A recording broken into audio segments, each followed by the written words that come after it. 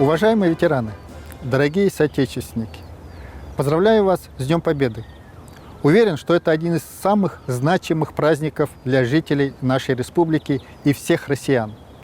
Великая Отечественная война стала самым жестоким испытанием в истории страны. Победа далась колоссальной ценой.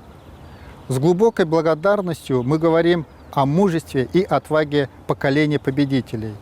В наших сердцах навсегда останется искренняя гордость за тех, кто героически защищал нашу Родину на фронте и ковал победу в тылу. Мы никогда не забудем трудовой подвиг строителей Сурского и Казанского оборонительных рубежей. Стойкость и самоотверженность поколения победителей и сегодня служит примером для нас и наших детей. Дает уверенность в своих силах. Уважаемые ветераны Великой Отечественной войны, труженики тыла, дети войны, от всей души желаю вам и вашим близким крепкого здоровья, счастья и благополучия.